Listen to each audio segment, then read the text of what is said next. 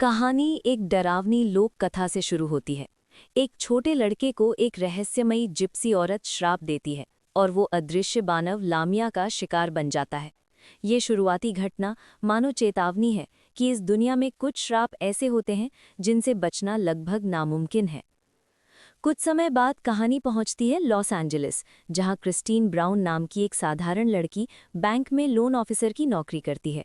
वो अपनी मेहनत से प्रमोशन पाना चाहती है ताकि अपने बॉस की नज़रों में काबिल साबित हो सके। एक दिन एक बूढ़ी जिप्सी औरत सिल्विया गनूश उसके पास आती है और अपने घर का लोन बढ़ाने की विनती करती है। क्रिस्टीन के सामने दुविधा होती है, दया दिखाए या अपने करियर को प्राथमिकता दे। अंततः वो अपने भविष्य को चुनती है और गनूश का लोन ठुकरा देती है। यही फैसला उसकी जिंदगी को एक भयानक मोड़ दे देता है। बैंक बंद होने के बाद जब क्रिस्टीन पार्किंग में अपनी कार की ओर बढ़ रही होती है, तभी अचानक गनूश उस पर हमला कर देती है। दोनों के बीच कार के अंदर एक खौफनाक संघर्ष होता है, चीखें, खून और डर से भरा हुआ पल।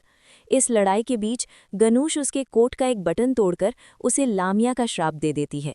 ये श्राप उसे 3 दिनों तक सताएगा और तीसरे दिन उसकी आत्मा को नर्क में खींच ले जाएगा। उस रात के बाद से क्रिस्टीन की दुनिया बदल जाती है।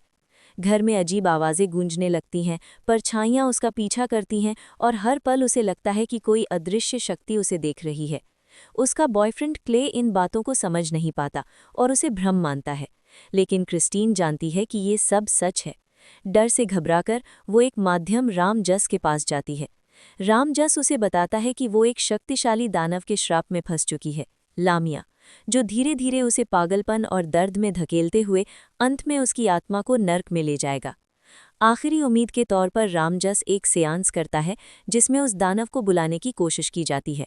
रिचुअल के दौरान एक बकरी में आत्मा प्रवेश कर जाती है और वो इंसानी आवाज़ में बोलने लगती है।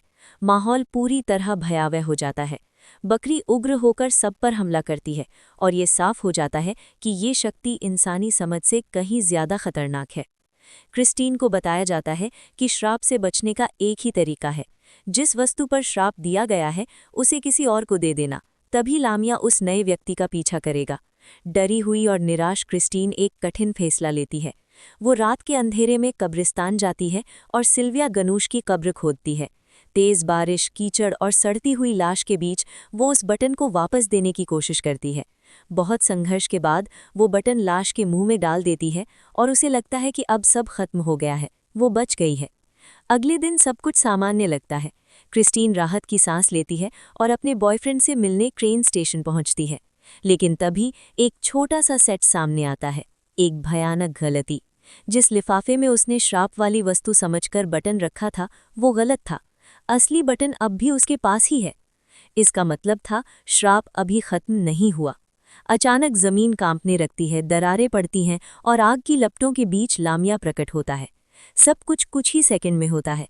क्रिस्टीन चीखती है, मदद के लिए हाथ बढ़ाती है, लेकिन कोई उसे बचा नहीं पाता।